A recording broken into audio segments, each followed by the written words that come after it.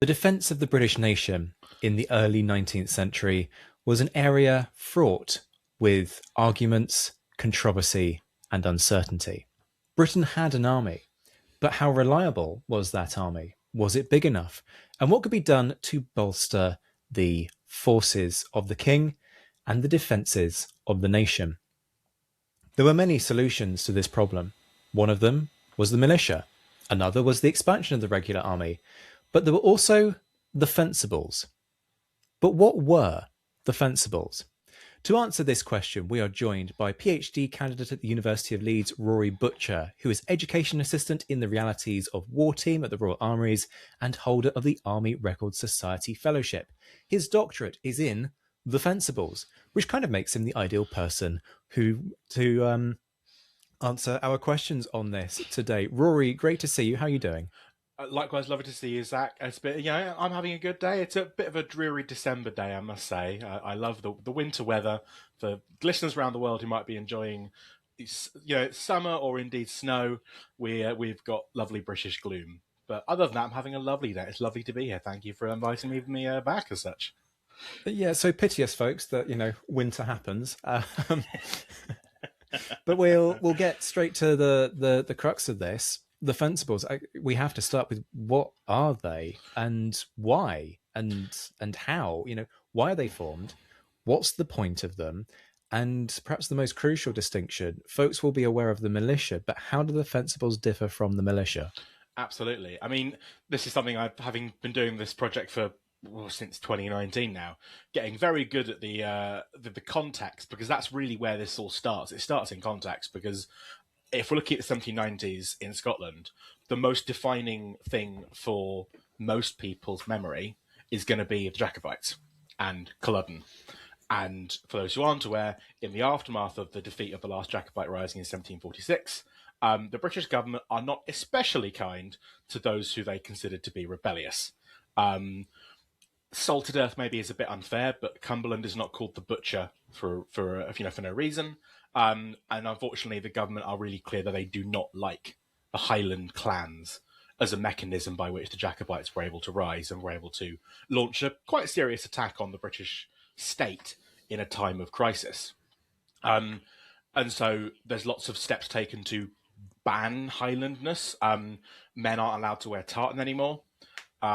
Carrying of weapons, unless you're in the army, is forbidden. Pipes are not wholly banned, but certainly from the work I've read, there is a heavy discouragement. Most senior figures effectively abandon them, apart from in their own personal context. There is a real desire from London to diminish and reduce the impact of the clan system in Scotland. And it's, of course, misses the fact that most Jacobites weren't clansmen, but that's a whole separate question entirely, and a whole separate episode, and possibly a whole separate podcast.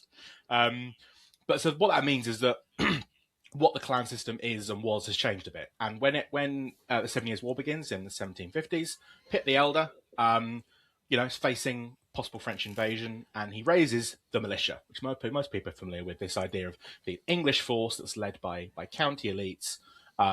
The men are balloted, so they're literally lucky or unlucky dip, depending how you see it. They train a bit in peacetime, but during wartime they are raised and they serve for a set period. Americans famously use this system to raise the Minutemen in the 1770s.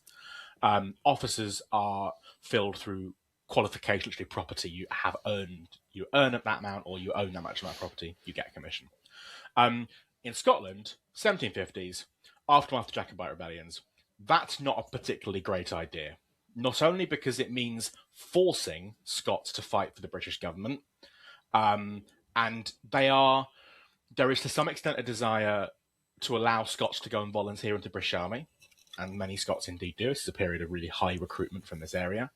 But the idea of forcing these people, when there is already opposition in England to this idea, doesn't go over terribly well in Westminster. In Scotland, they're really not fond of it. And on a very basic level, as a government trying to protect the nation, why would you give arms and training to men who are suspect? And so, and even on a practical note as well, Lord Lieutenants don't exist yet. People have heard Lord Lieutenant in relation to Ireland, and if you live in England, you probably have heard of the Lord Lieutenant at like remembrance parades or something. That their ceremonial function. It had a job, and that job was raising the militia. It doesn't exist in Scotland. So in England, they have this mechanism in place. They don't have that in Scotland. There is no way to raise this. And so instead, Pitt approaches several men who he knows are loyal. He approaches Sutherland and Argyle. I think it's Sutherland and Argyle's dad both fought against the Jacobites. They know these men are loyal. And so they say to them, you still have functioning clan networks. Raise men from your clans. Volunteers, they're not going to leave Britain, but they're there to free up men to go abroad. And that's really the mechanism that the Fencibles are playing, like the militia, is this idea of filling in the gap so that the guys who can go abroad are available to. The Fencibles, therefore, are raised as this solution, and they do their job. They functionally, for the 2 regiments, there's a third raised in Isle of Man briefly, they do their job. End of the war, they get disbanded. That's the deal. You serve in Britain for the war only. Both of those happen. War ends. Back you go. 1770s, the Americans have this slight argument. Same again, the need for troops to go overseas, so they raise more. They also raise a couple in Ireland, but that's a separate conversation we'll get to in a little bit. They are raised for about 6 months. But again, they succeed in their primary job, which is protecting Britain in the event of an invasion and allowing troops to go overseas. 1790s rolls around, same again. By this point, the Fencibles are being seen as Scotland's requirement. The offers are flooding in even before Louis is executed. The people are preparing for war early, but Scots are volunteering regiments very, very early in this period. Yep, I'll have one. Please give me one. That'd be great, thanks. And Henry Dundas, who listeners might be familiar with, is one of Pitt the Younger's government ministers. He's happy to use them as well. And so he raises more. And really, this is the distinction between the militia and the Fencibles, is that Fencible men are part of the army, particularly by the 1790s. I'm less clear if it's the case earlier or not. But certainly by the 1790s, this third generation, they are part of the regular army. They are legally enlisted into the King's army. They are not under militia contract. In fact, they're required to not be militiamen. They have voluntarily chosen to be there. Officers, and this fits into possibly the distinction as well, that they are more like the regulars than the militia. Militia officers have to have a certain amount of property. Fencible officers don't. In fact, Fencible officers don't even have to buy their commission like the regulars do. The Fencible colonel is given carte blanche. Technically, he has oversight, but realistically, no one's ever refused. So it's effectively the Fencible colonel asks for his regiment from Henry Dundas and then later the Duke of York. They say, yes, go ahead, raise your regiment. He then goes to all his mates, family, friends, guy I bought a pipe for once, and says, I'll give you a commission if you bring 15 men. So they all go out recruiting. There are adverts placed for recruiting agents, but really men go around place to place. I've got friends. Oh yeah, blacksmith's son. Do you want to go and be a Fencible? And they enlist, and they are enlisting under that contract of limited service. And that's really the key to all of the Fencible experiences, the key to all my research. What does limited service actually mean? Because technically they're the same as the regulars. They wear the same uniform, get the same pay. The bounty's slightly smaller because they're on limitations, but they're effectively looking the same as the regulars. If you would walk down any street and see regular and Fencible, they should look effectively identical. But that limitation of duration and location to the end of the war and location restricted, that governs so much of how they live their service going forward. We will absolutely get to that, not least because as we've been talking, I've had a quick glance at my database because I had a feeling that I recognised the Fencible name predominantly in relation to trials in Canada. And I am literally, as I'm speaking to you now, scrolling through that list. And of the 74 Fencible cases that I have in my database, they are all in Canada, which is a question, but we'll hold our horses and we will get to that in due course. I guess, so you submitted your PhD recently. Yes. Let's call this a practice for your Viva, because it's the enduring question that we always get asked when we have to defend our PhD theses. Why does this matter? Like, so folks tuning in, they understand what the Fencibles were, but at the risk of sort of derailing the interview slightly and going off script, why Why hasn't their story been told, which is an important part of this? And why is it important to tell their story? Wonderful. I had so many notes prepared, and we're already derailing all of it. So I love the flexibility. Let's have a go at the options. Really, for me, why this matters is because this cuts to the heart of why it's important to remember that soldiering has not always been the same, whether in the public imagination, in the personal imagination, in practical terms. Soldiering and its role and how people come to soldiering has changed. And in the 1790s, we are firmly in the 18th century. We're not yet into the Napoleonic grey area of changing conceptions of of what an army should be, or Napoleonic corps systems, or we're still in the 18th century, and we are building on an 18th century concept of what soldiering is, and that is fundamentally contractual. I appreciate you and Callum discussed this recently, which I very much enjoyed the episode of. I'm glad to be able to then point people as a footnote of that as well. But I am very much on the side of contractual soldiering as a mechanism by which men come to the army, because these Fencibles get forgotten, I think, largely as a periodization, because they don't serve after 1802. For those who aren't aware, in Britain, the war ends in 1802. It's often seen as one big period of Napoleon and French Revolution and Waterloo and stuff.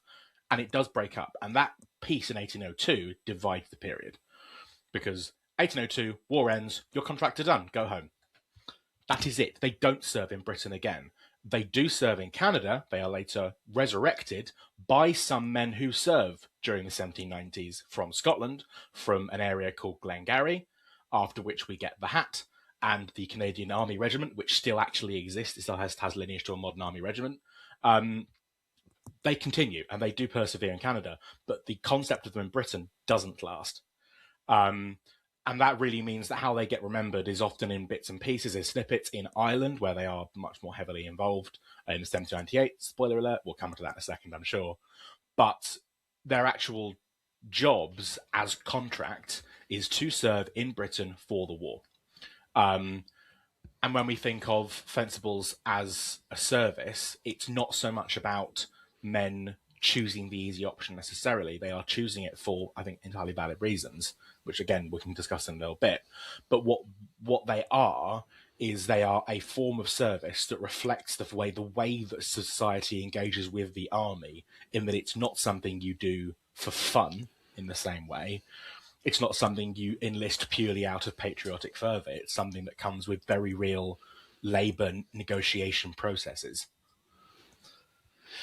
Beautifully done. And you set up a lovely little segue for me there into where we should be going next, as per the advertised schedule, which is, what do they do? And there are all kinds of questions sort of tied up within this, not least in terms of sort of reputation, but where do they go? What do they do? We've kind of started to talk about the Canadian difference in the Glengarry Fencibles, and how that might be sort of a distinct entity in its own right. So if you're happy to, I'd be interested to hear about any differences and distinctions, and how everybody feels about sort of taking this concept that they've created for Britain and then transplanting it over to the colonies, where the context would be potentially a little bit different. Lots of sensitivities around invasion again with the War of 1812, but then equally sensitivities about the fact that North America has the potential to be another area of latent French influence, because it's a former French colony before it's a British colony. You've obviously got the arguable, and I would say quite strong, cultural similarities between the fledgling United States, which isn't so fledgling anymore, it's starting to flex its muscles, and Canada. So I'm very interested in how all of that plays into this. But let's perhaps make that sort of a part two, and predominantly kind of talk about what these guys do, whether that's day to day, whether that's drill, whether that's their role within barracks, but also as a sort of policing is perhaps quite the wrong word for this period, but they are there as home defense, and that often bleeds into crowd control, and there are lots of controversies around that, which leads you quite neatly into the 1798 rebellion. So there's a platter of ideas to feast upon. Have at it. Absolutely. Well, I mean, this is the thing. So when this idea of contractual soldiering, when the Fencibles are created in 1793, they are solving a very specific issue, which is that there is no militia in Scotland. In England, militia is raised. It's already established by this point. It's been through several changes, which other people are far more qualified to talk about than me. But the militia is established. It's happening in England. It's already being raised. Good job. Specifically, the issue is Scotland. And so where the previous Fencibles have sort of been enlisted for all of Britain, there is a very real possibility of French invasion. And it is not an ancien regime invasion, it's a republican invasion. This is literally the entire social order is at threat. And so they are restricted heavily initially to Scotland, unless England is invaded. But specifically, the actual word is actual invasion in the attestations when they enlist. There is an invasion scare in 1794. Some of these regiments are asked. It appears to have come across as less of an ask and more of an instruction. And as a result, several regiments, including a corps of the men of the Grant Fencibles, who later become the Glengarry Fencibles, incidentally, mutiny. And I mean mutiny in the sense that they break ranks, they hold the powder hostage, they hold 2 officers hostage, who are sent to negotiate, and then they refuse to negotiate in English. They will only negotiate in Gaelic. And eventually, after literally about 3 days, it is agreed that they will never be asked to leave Scotland again. This lesson teaches the British government that, oh yeah, this whole thing that, and as Matt Zienik has looked a lot in detail at Scots in North America, and as later become apparent in the War of 1812, Scots in North America, really good idea of a good understanding of what their contractual negotiation process is and what they need to get out of it, how they go about it, and what they can expect. Clearly, this cultural memory has lasted into the Scottish Army going forward. And so these men are more than happy to, when pushed, push back. And they do. And the government agrees, yep, fair point, we didn't actually give you that. And from then on, the Fencibles are to serve in Britain, Scotland, and Ireland. England, Scotland, Ireland, or Britain, or the British Isles sometimes. It depends a bit on the exact phrasing. But they begin to expand the process. And they actually begin to ask them. There is an incident where there are Fencibles in the Channel Islands, and there is a little archipelago called San Marcou, which is just off the coast of Normandy. Literally, it's about 3 or 4 miles. And Sir Sidney Smith takes this little barren archipelago rock place. There's like 5 houses on it. Takes it and goes, it's ours now. And they ask the Fencibles who wants to go, and the Glengarry Fencibles go, yeah, we'll go. We will volunteer. We are happy to go. You have asked us. We will go. And that happens again. Some regiments go to Gibraltar. One regiment, the Ancient Irish, even lands in Egypt. It arrives after the actual 1801 campaign ends. They arrive too late to be involved in the battles, but they do volunteer for it. And some regiments as well, the Surrey Rangers, the ones that I can only verifiably find, also end up serving in Canada. They volunteer for it. They serve in Nova Scotia. A number of Fencible regiments are raised in Canada at the same time. I've yet to understand exactly why, because it seems to be an English construct. They aren't raised in French, the French bits of Canada. They aren't raised in Quebec. They are raised in Toronto, New Brunswick, Nova Scotia. So they are clearly fulfilling a particular role. And given this is an area that's also heavily populated by Scots, I do think it's a Scottish cultural thing where this is our way of providing for our self-defense. We won't be balloted, but we will volunteer. And so that's really what they're doing. They are enlisting for home defence. They also do for some garrison duty. I mean, there's a wonderful letter I've got from someone who's writing from Newcastle saying that a local regiment are leaving and they're very sad because they're going to lose out on the tea and cake they have with the officers. So clearly, officers are having quite a nice time. Everybody's got their priorities sorted as well there, clearly. Absolutely. Well, she mentions them having field days, well, like doing training and stuff in the fields. So they're clearly going and doing what the army sort of does now. That they're doing a bit of training, a bit of socialising in the area. Eamon has, of course, Eamon O'Keefe, for those listeners who have heard his work, wonderful chap, has done some really great work in military music. I've got, newspaper reports of Fencible bands playing in local theatres and stuff. There's a wonderful section of military correspondence and documentation, which is just listing where they're going around the country. And there's a letter from a guy in the Gordon Fencibles who goes to Kent and complains about the prices.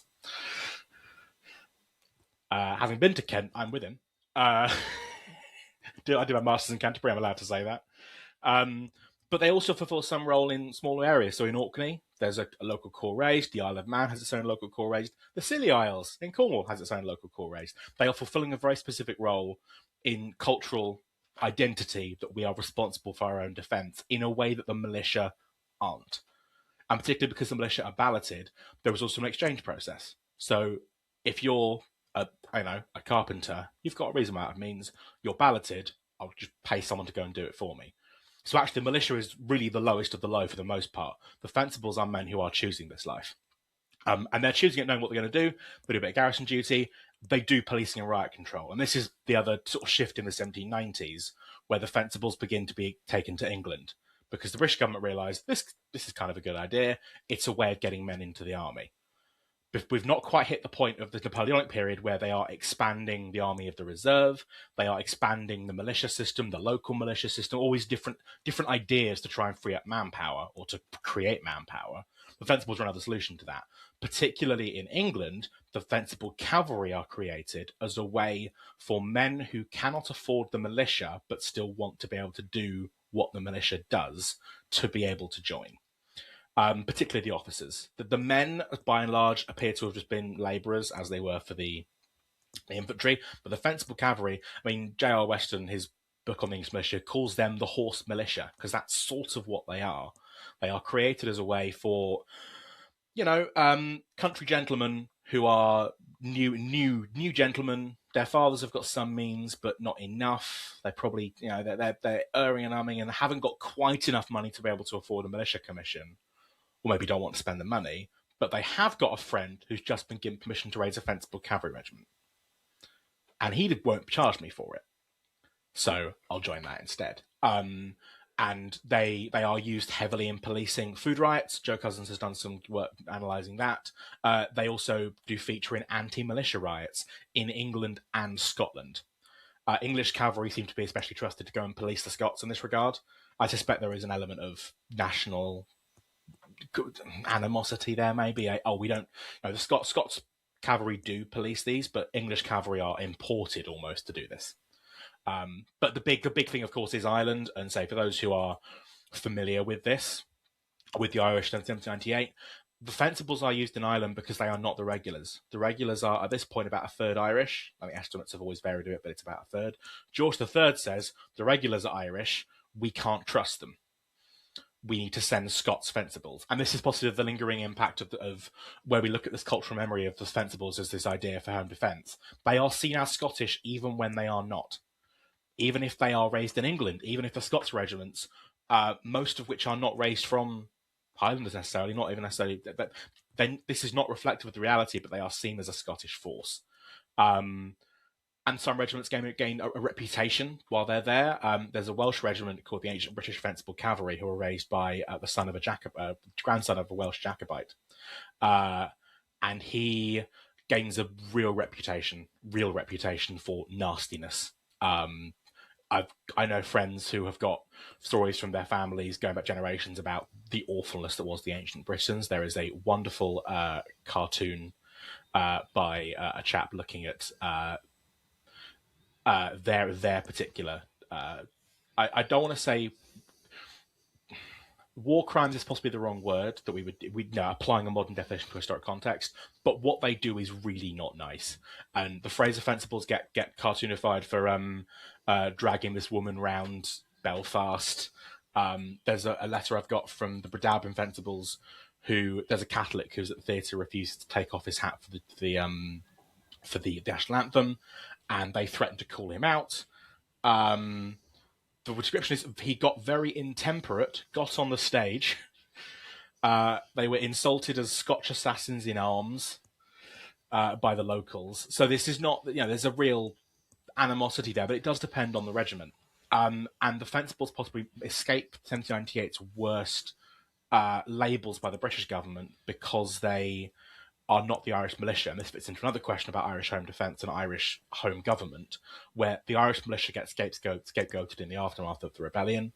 It's a way to justify the Act of Union. The Fencibles are a nice justification for, oh, look, British troops know what they're doing. Scottish troops know what they're doing.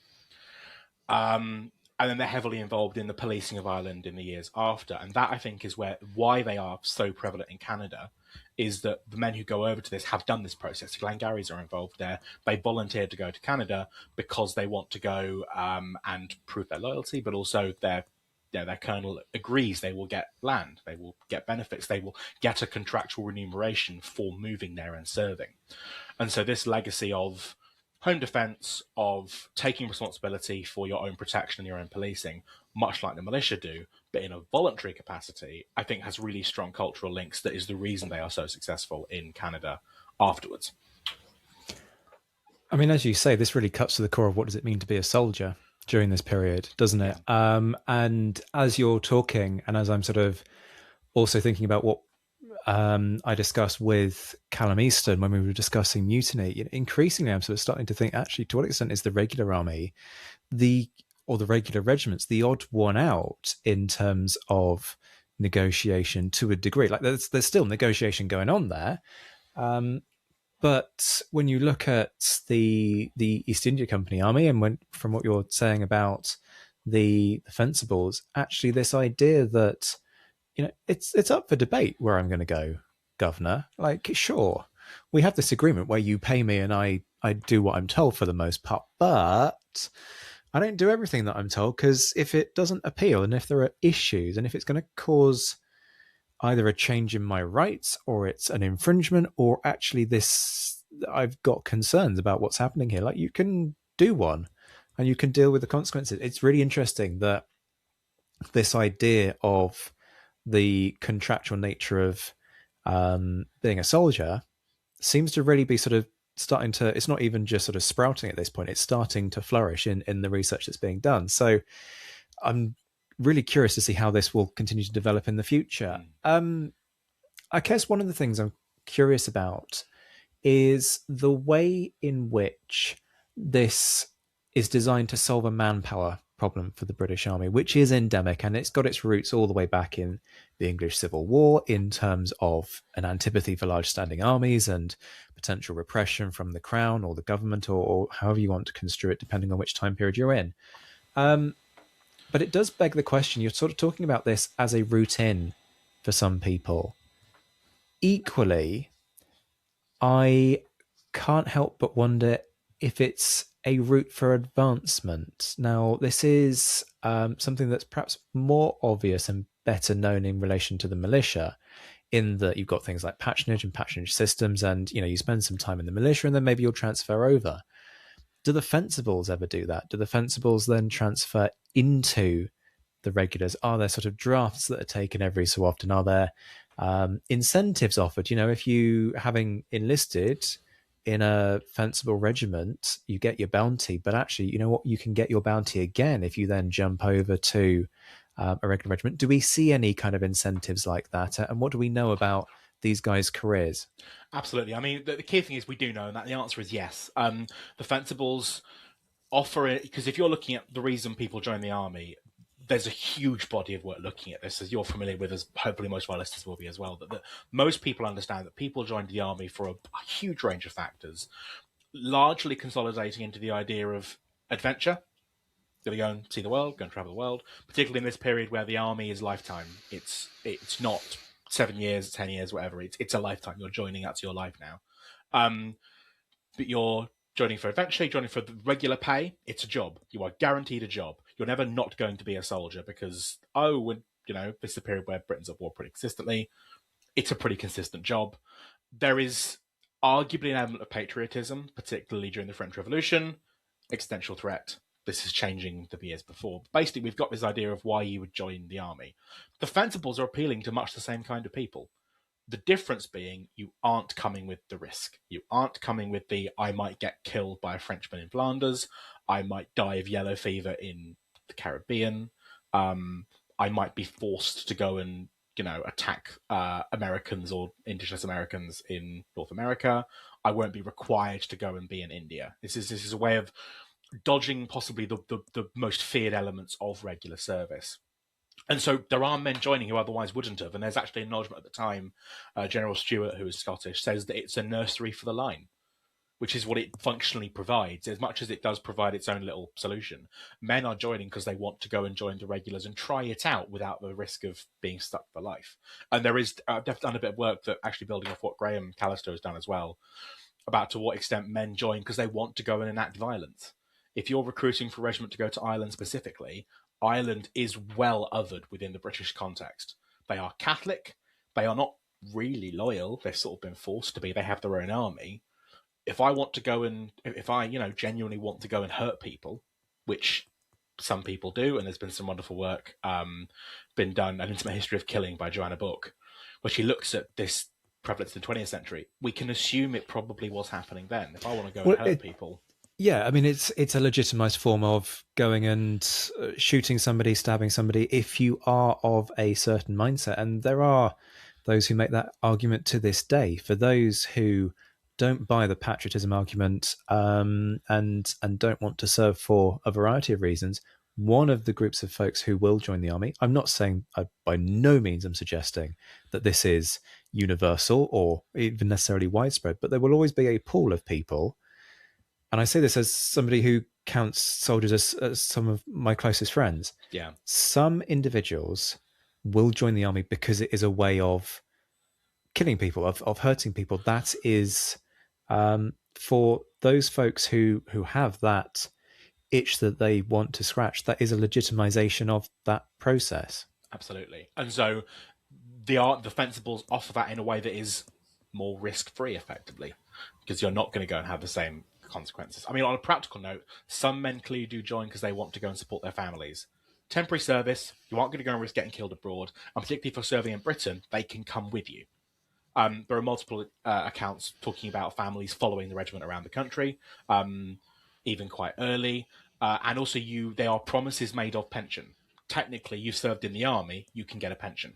So this is a way of you caring for your family. So joining the army after that point isn't as big a jump. But for those who don't want to take that jump, it's a really nice way of delineating. And there are clearly people who do only join for the temporary service, do their bit and leave. Clearly some men who join quite like the life. And there's even transfers as early as 6 months after the Fencibles are raised in 1723. Men join, go, actually, this is cool, I'll do this more. At least they get to go and be sent abroad. And then they get the top up to their bounty. There is a slight financial inducement. They're not given a new bounty, but if their bounty is 5 guineas and the regulars are 10, you're given the top up 5. And that's the promise made, is that you will at least have it made up. Officers, and this is the really thing, there is a really nice delineation. Because they've not paid for their commission is not equivalent, and they are legally not considered the same level. But if you have the right friends, and you can bring some men with you, you can sideways into a commission. And it's normally a demotion, so if you're a lieutenant, you might get an ensigncy. And yeah, it's not perfect. It doesn't happen for everybody. But if you've got the right friends, you can start the right way. It's a bit like how people go to Oxbridge, not just for the education, but for the contacts you make. Or you go to private school for the people you meet. You join the army, make friends in the right way. I've got multiple accounts of guys vouching for Fencible officers and going, yeah, I promise he's a good guy. Please let him have a commission in insert Guards Regiment here. And clearly it does work out. The best example I've got is Ponsonby off of Waterloo fame, as in Ponsonby at Waterloo. He starts as a captain of independent company, gets a transfer into a Fencible regiment. He's able to leverage his majority for a demotion to a lieutenancy in the Dragoon Guards, which he eventually ends up commanding, which is where his Peninsular War career picks up. So his career owes itself to the Fencibles. And I've got another guy, William Gordon, who again leverages his lieutenancy into an ensigncy in another regiment. So clearly this stuff does work. And particularly for Scots and Irish, it's a really nice way of getting into the British state. You don't necessarily have those contacts. Henry Dundas, I mentioned earlier, famously loved patronising his fellow Scots. He really loved getting them in, famously in the East India Company. A lot of them were Scottish because he tried to get Scots in there. If you haven't got that availability, this is another way of getting in that's still going to give you that support in. But some clearly also do want to be good soldiers, genuinely. So I've got training manuals written by, I've actually got one on the shelf up there, written by a Fencible officer who clearly wants to do well and wants to be a good soldier and wants to genuinely serve. So there are clearly some who do see this as It's free. My uncle owns the regiment. Yeah, why not? But there are clearly some who do see this as genuinely a vehicle to advancement. And it does work out for them in some cases. Okay, so we're recording this in the run up to the Christmas period. So, at the risk of aping Monty Python, he's not the Messiah, he's a very naughty boy. Were these guys naughty boys? I love that question. That's a nice way of putting it. I think the one thing I have to start with is that because if you read any history of this period and you ask people today and they say militia and they go, oh, militia, oh, they're awful, aren't they? If we start from that premise, no. The Fencibles were not much worse behaved than the regulars. They were about the same. They're about the same level of complaints. There's complaints about drunken behaviour. I've got the Duke of Hamilton writes about how they're leaving men drunk on the road on patrol and stuff. Because they're going on patrol, you're drunk, I will pick you up later. But the regulars do that as well. Again, fights with locals, with each other, with other bits of the army, issues in barracks. This is all happening. This isn't unique to the Fencibles. The regulars are also not particularly well behaved at home. It's very easy to think that the army was completely disciplined all the time, and the fact is the Fencibles weren't any better or worse. Unfortunately, our insight into regimental justice is suffering a bit from the fact that not a lot of them survive because they're not centrally stored, as you have found for a lot of your work as well. Regimental courts martial just don't survive in the same way. General do though, because they're centrally controlled. Not a huge amount of them, but enough to get a picture. Fencibles aren't really flogged any more or less either, for the most part. Sort of the crimes they're being accused of at general court martial, there's not a lot of them, unfortunately, for the men. But the key thing is that because they're part of the regular army, regular officers sit on their courts martial, not militia. There is a line. They are not allowed to sit on militia courts martial at all. Regulars, Fencibles, regulars, but that is the line. And so that means that they're being held to the same standard. Regular officers, there's courts martial of senior Fencible officers, colonels, lieutenant colonels. But Asterix Tarleton shows up on one. He's a major general at this point. Like there is clearly a desire to keep a standard of behaviour. My favourites, though, I've got to say there are some particular favourites from the courts martial records that I have got. There's two men, Dearden and Wilkinson, who are Lancashire Fencibles, who are charged with taking money for letting prisoners escape and then capturing them again. That's a hell of a racket. And their defence is, it's a regimental problem, it's not just us doing it. Which I find, that's a wonderful defence. That old chestnut.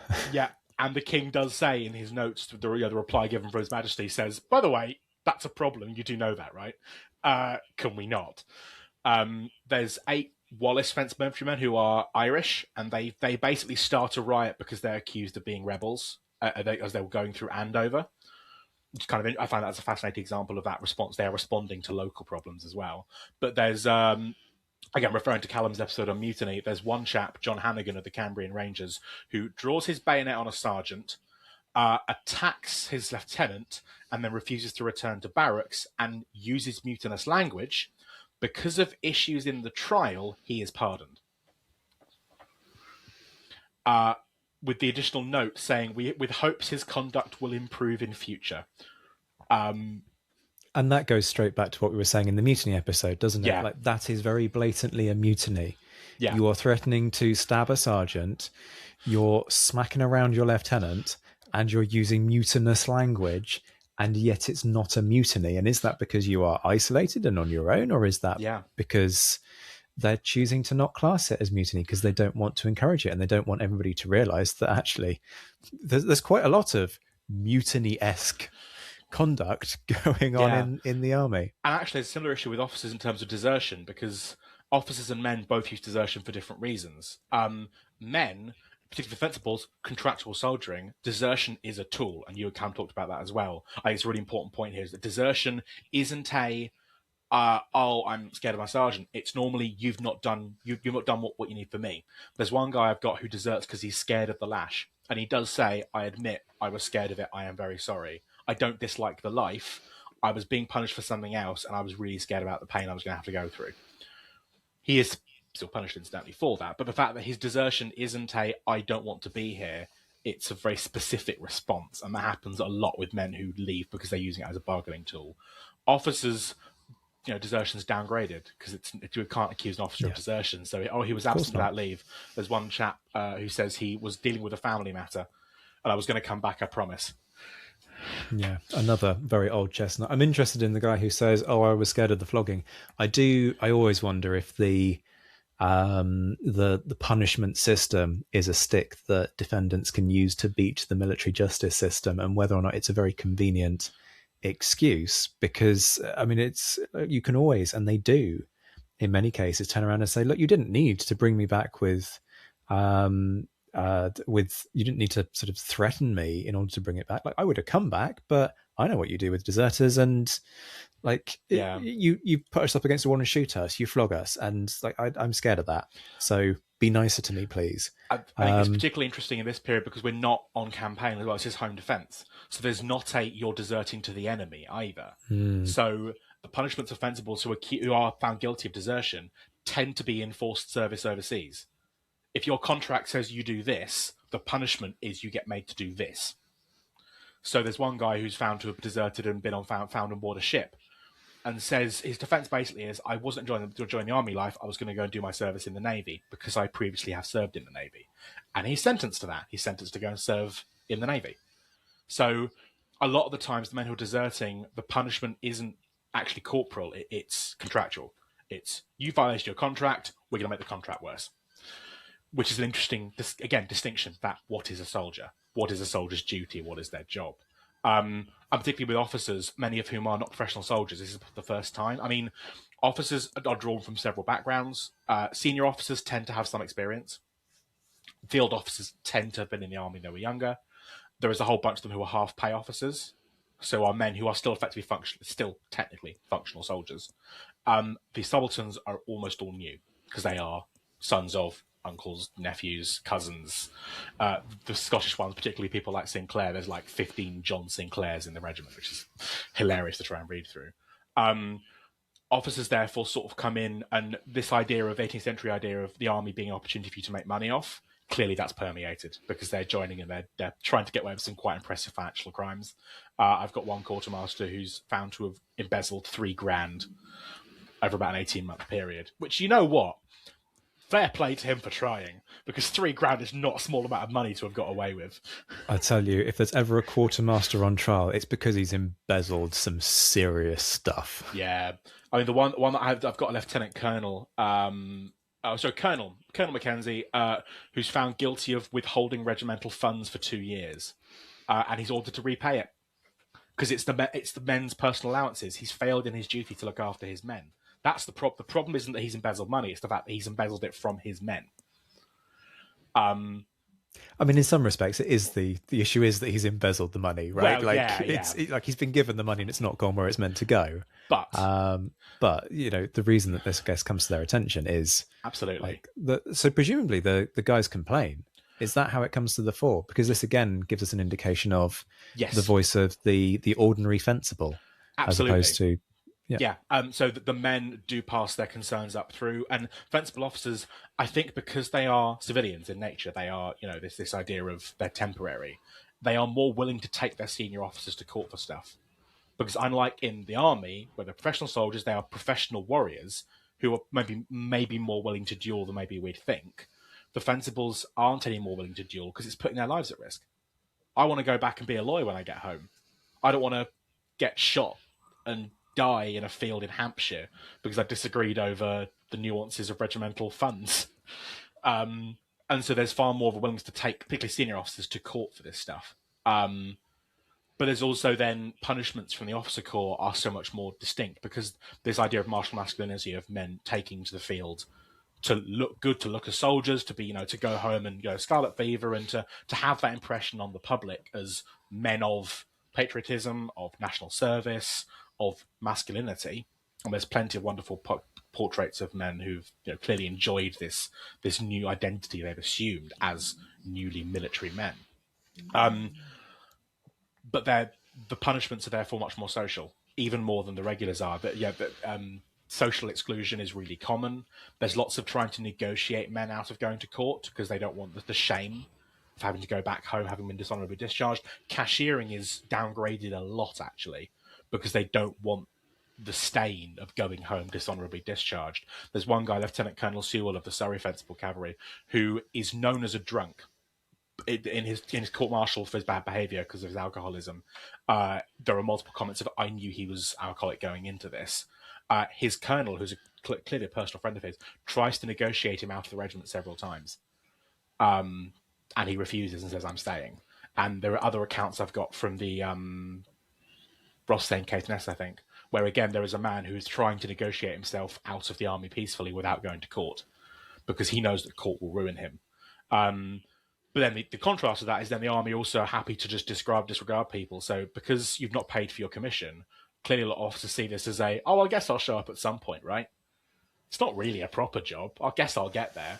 There's one guy who's in the Northampton Fencibles who in 1799 is found to have been, having got his commission in 1794, never joined the regiment and has been practicing as an attorney at home the entire time, that's, I think, quite impressive to have pulled that off for 5 years, to have not been doing your job.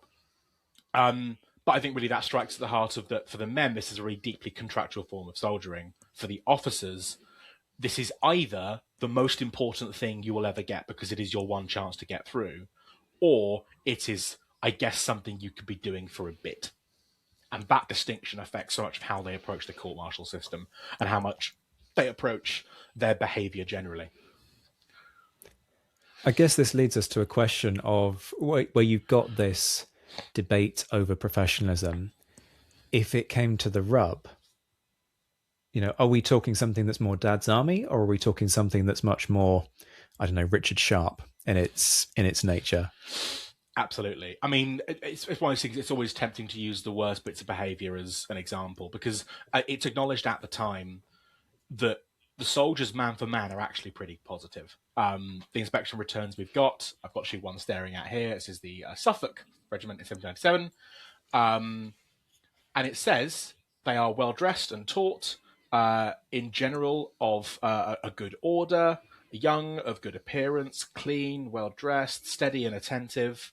Like man for man, if they're trained well, they're not any worse than the regulars. And that's the key. Even at the time, they acknowledge it's about officers. So if you've got a clan regiment, which, say, there were not many of them at all, but a couple of the Gordon Fencibles was one that was quite heavily clan instituted. There is a court-martial of Captain Charles Gordon who assaults and strikes his lieutenant colonel. He wounds him on parade with a bludgeon from behind, and he breaches his arrest. It's because Woodford has slept with his wife. So this is a family matter that, because they're in the army, has boiled over into mutinous behaviour. So, and he's of course dismissed, obviously, because the army can't have that sort of thing going. But it's a family matter that he happens to have been involved in the army for, and so auxiliary soldiers are rarely supplied well, and there are regular issues about them having supply and bad uniforms and bad weapons and whatever. And officers are a problem, but at the time the British do see them as functionally the same as any other soldiers. They are heavily deployed to Ireland because they are seen as equivalent. The militia officers in Ireland hate them because it's British interference and get out of our country, and why do we want them around? But Dublin Castle, which is British administration, effectively sees them as functionally useful. The one thing I do find, bringing up Sharp, fascinating is that the Fensibles are used to create the rifles. The Experimental Corps of Riflemen is drawn from a collection of volunteers from a number of regiments. Half of those volunteers are Scottish Fencibles, and they are specifically Scottish Fencibles. Of the men who are sent to them, 800 or so total, 400 are Scottish Fencibles, 400 regulars. Those 400 regulars are expected to return. The Scottish Fencibles are not. So the Rifles is a Fencible regiment. Good luck with that line of argument and reasoning. I suspect that we'll have some folks from the Rifles kind of commenting and going, no, you don't get to claim that we're Fencibles. we're the Rifles. We are something else entirely. Okay, so that gives us an indication of quality, which leads us, I suppose, to the final question, which is sort of the bigger picture of all of this. You've talked about a fair bit about why soldiers choose to serve. We've seen that this is kind of a bit of a hodgepodge in terms of sometimes nationality really matters. Sometimes we don't really know if nationality matters. we've also talked many times on this show about sort of the Linda Colley style argument about what does it mean to be British during this period. Um, and Rory gestures to a copy of Britain's Linda Colley's book on his bookshelf. And there's a big question here. Does being British mean being not French, which is fundamentally sort of Colley's, if you're going to sort of soundbite Yeah. it, that's what she's saying. And the argument is that it's over the course of this period that becoming British actually means something. Quite what that something is, nobody can really enunciate. But you do see sort of the indications of this. You see this with line regiments when they go, well, of course we'll beat the French because we're British. It just means we're better. So for the Fencibles, when you have these sort of lots of grey areas within this, where they're not, perhaps some are signing up for the ability to defend the nation, but others are using it as a career path. What does the Fencibles story tell us about how invested people are in ideas of Britishness and how significant that is or isn't in the recruitment process? I mean, this has sort of been what's overshadowed a lot of my work on this, actually, because Linda Colley's thesis, I think, has got some wonderfully useful ways of looking at this period, but also I think does have some lines in where its usefulness maybe fades a little bit. The key thing is that the Fencibles are often seen as a Highland clan thing. And as I've talked about already, they weren't. They functionally weren't. They existed across the whole of the country. A number of regiments, about 12, 13, did have Highland clan roots. And it's not universal. The officers more so, because as a Highland laird or Highland clan chief, you probably know your landowners, but you don't necessarily know all your tenantry. It's not successful. What we know about the demographics of the men who join, even in the clan regiments that do exist, so the Frasers is a clan regiment, only about 40% of the men are from the clan area. The rest of them are from the Highlands or even further afield. The North Lowland Fencibles is raised nominally in Orkney, but actually recruits in Edinburgh, Birmingham, and London. And there are men who join in London from the West Indies, from the USA, from Germany, from the Netherlands. So when we look at the Fencibles as a way to look at Britishness in this period, they are in one vein really very much a functional solution to manpower, and men are joining not out of any great sense of British identity, but out of a sense of employment law and needing a job. That's, I think, my first real thought. The second thought is that there are men who, particularly in Scotland, see the British Army as a way of expressing their loyalty and a way of being Scottish.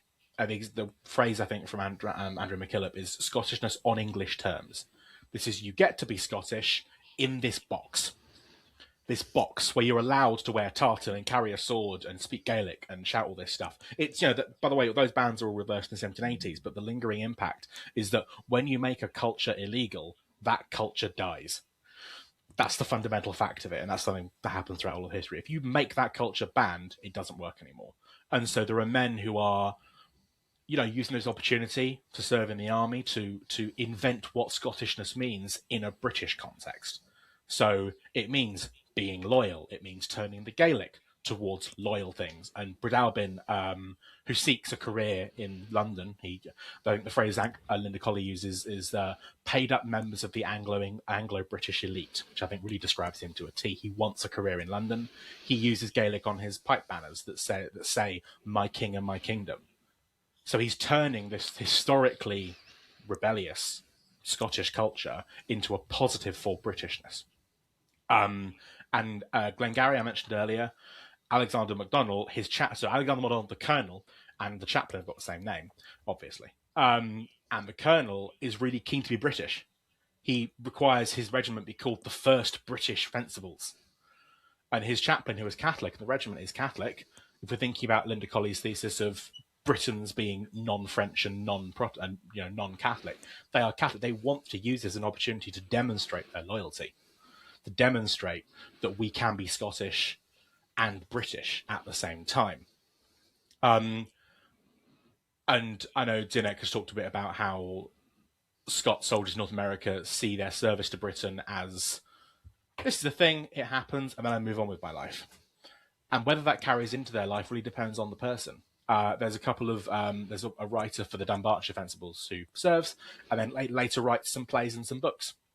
He writes a book about Battle of Vinegar Hill, and he writes a play, and he's really proud to have said, "I served in the Dunbartonshire Fencibles. I did my duty." And there are men who clearly come away from this experience having thought of having done their part. A lot of the work that's defined my thesis has been done by a guy called Cookson from New Zealand. John Cookson, his thesis of national defence patriotism, which emerges in this period, in advance of the later stuff, in advance of the earlier stuff, because this is the first time that Britain has a fundamental existential threat to be faced. We're no longer fighting. I guess they're the French, but they're sort of a bit like us. This is existential. They want the king. Oh, what's the master and commander line? Do you want Bonaparte in Trafalgar Square or something? I forgot. Do you want a guillotine in Trafalgar Square? There we are. Sorry, guillotine in Piccadilly. Yeah, absolutely. Like that threat, that very real existential terror, drives a lot of that uniting. And because the army is already functionally the only place in society where men from Scotland, Ireland, England, Wales, Orkney, Lancashire, Ipswich all come together as one common body. It's the only place in society where that happens. That's why the army, I think, is so fascinating anyway. To some extent, the Navy does this as well. It's a place where people can come and not be English, Suffolk, Scottish, Ulster. They are sailors, soldiers, men of the regiment. The regiment is the new identity. The army is the new identity. And so really the Fencibles, I think, demonstrate so much about how the army and military service generally offers this unique opportunity to be British. And some regimental colonels really love impressing their local identity on this. I mean, Lord Grey de Wilton in Lancashire puts the red rose on their belt plates. He makes a really big show about being local pride. We are Lancashire. But that's in the minority. Sir John Sinclair of Statistical Account Scotland fame sees this as an opportunity to reinvent Caithness home defence. He puts Flodden Field on their belt plates, saying it's the last time Caithness men have been called out to fight. So a lot of this fictionalization is going along with the embracing of the British identity. And so there's sort of a bit of I think the Fencibles as a body represent that complexity, that nuance of to what extent this period is the first time people are engaging in this process of Britishization, to what extent people are already doing it. There are plenty of Scots who see this as an opportunity to demonstrate their loyalty and their defence of the Hanoverian nation. And no one's talking Jacobite. No one's saying, oh, that thistle, oh, bit suspect. Because we, at this point, all acknowledge we're all in this together. And so I think there's a real distinction between the way that colonels see this as an opportunity to become soldiers and become better soldiers, better men, to impress their masculinity. At the same time, the men aren't necessarily universally agreeing with that, and the officers certainly aren't. And the fact that even in the years afterwards, there are more concerns from the British government about administrative issues. So into the 1820s, there are inquests into regimental pay discrepancies. This is effectively a manpower solution, but for the men doing it, this is an opportunity to engage in a new form of national identity and to demonstrate and show that, and to go home and have done that, or to continue on to serve, whether they get a pension or not in the end. Many did continue to serve. Robert Eady, who's one of the only memoirs of a soldier who survived from this period, who was in the Fencibles, says that he leaves in 1802, he's done his duty in the Manx Fencibles, and he says he misses the military life, and he can't go back to the life of a labourer, which is what many Fencibles were, labourers, weavers. He can't go back to that, so he joins the Sutherland Highlanders. There's so much in there, isn't there? Because you can wave this kind of idea and sort of argue it from multiple directions, not least because some of these Scottish and Welsh regiments and Irish regiments pride the Irishness or the Scottishness or whatever it might be, whilst also going, we desperately need men, just get us some. I don't care if they're Irish lads and we call them the 71st Highlanders, or if they're English boys off the streets of London, just get me men.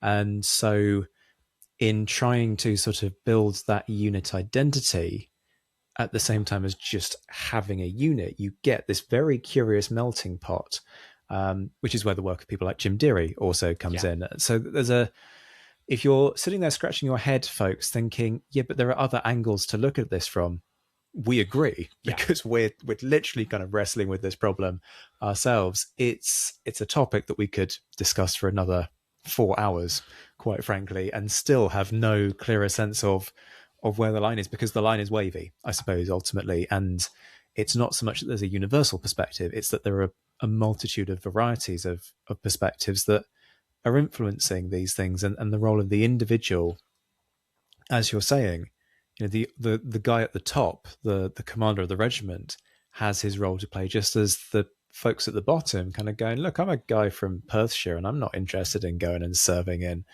insert place here, also has his role to play. Rory, you've opened up a can of worms for us to think about.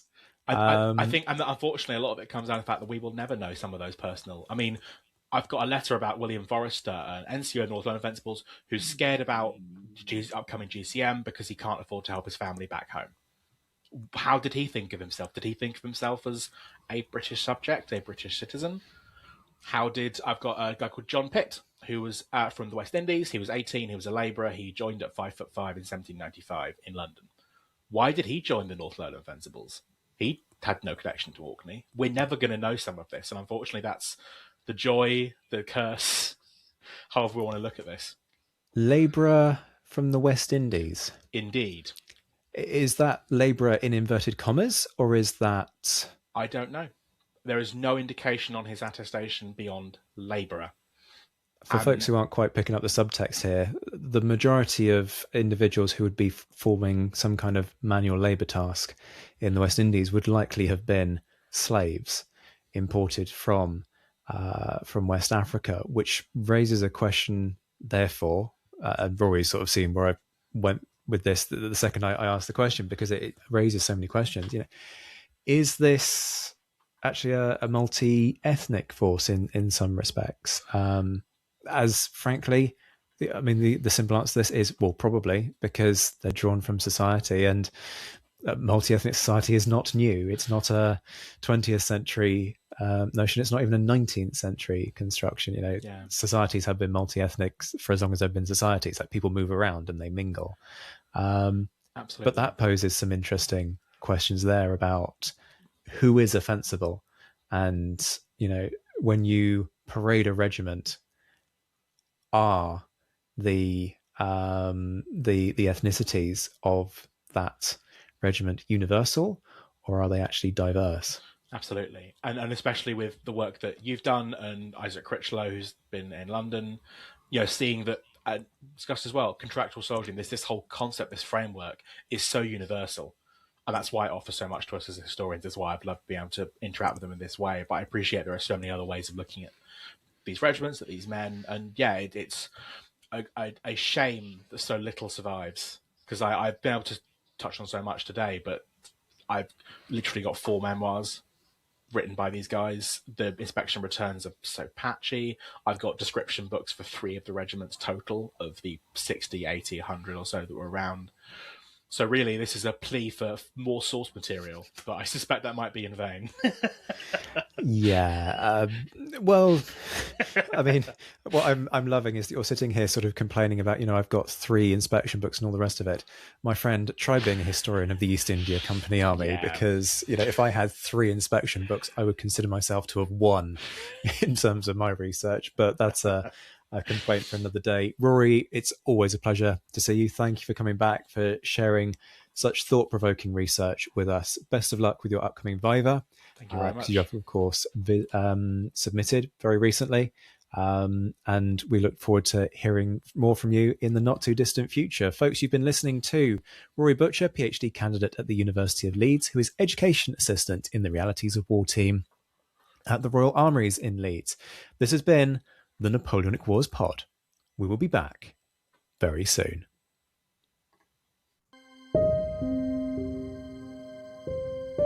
This Christmas, support the show for free by subscribing so that you never miss an episode. And if you've got a question, post it in the comments section and we'll get back to you. Don't forget that you can enjoy early access, exclusive episodes and Napoleonic nerd catch-ups on Patreon. The link is in the description. Shoutouts to our patrons who, at the time of recording in mid-December 2025, were in the mentioned in dispatches tier: Brendan Teeling, Beatrice DeGraff, Lynn Dawson, Jim Deary, Josh Keeney, Colin Fieldhouse, Jim Getz, Jeff Maple, Robin Brasher, Stephen Gillen, Hugh Brennan, Alistair Campbell-Grieve, Andy Meakin, Mark Anscombe, Rob Coughlin, Bruins Girl, Noah Fink, Miles Reedy, Nick Overland, Graham Goodwin, Chris Pramas, Anthony Gumbau, Anonymous American, James Fluick, Natasha Hobday, Rod Schwager, Chris Kimball, Gary Dennis, Ted Andrews, Richard Anderson, Arthur Forgy, Sam Moore, Wyatt Pollock, Joe Ayres, Peter Findlay, Giovanni, Steve Gillam, Jean-Baptiste Van Merlen, Daniel Friedman, Neil Reed, Jonathan Willits, Wojciech Stefanovic, Simon Weathers, John, Zach Johnson, Matthew Turner, Rich Payne, Edward Gilhead, Vic Martindale, and Adam Coslin. The Admirals: John Haynes, Mike Guest, Rachel Stark, Mark Duckers, David Priest, David Maxwell, Graham Callister, Sean Sullivan, Stephen Ashworth, Kate Wilcombe, Clemens Beman, Steve Carter, Reto the Sci-Fi Fan, Tim Day, Jason Morn, Tim Pritchard, Darla Vincent, Rob Painter, Simon T, Alex, JC Kaiser, and Graham Swidenbank.